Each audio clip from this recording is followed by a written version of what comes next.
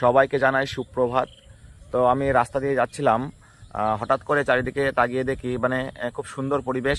তো মনে হলো একটু ভিডিও করি। তো সকলকে আমি দেখানোর চেষ্টা করছি চারিদিকের অবস্থা। এদিকে ধান ক্ষেত দেখো জলে ভর্তি হয়ে গেছে। এদিকে পাট,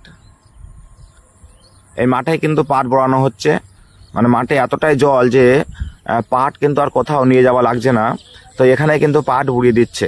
চারিদিকে দেখো জল আর জল, যত দূর আমি দেখাতে পাচ্ছি তত দূরই কিন্তু জল, সব দিকে একই অবস্থা।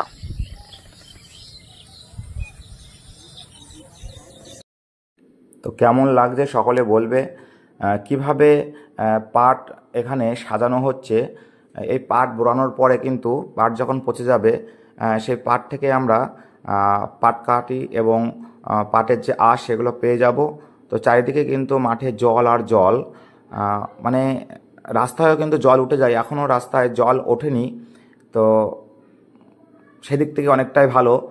তো কেমন লাগছে অবশ্যই সকলে কমেন্ট করে জানাবে। তো আমার তো খুব সুন্দর লেগেছে।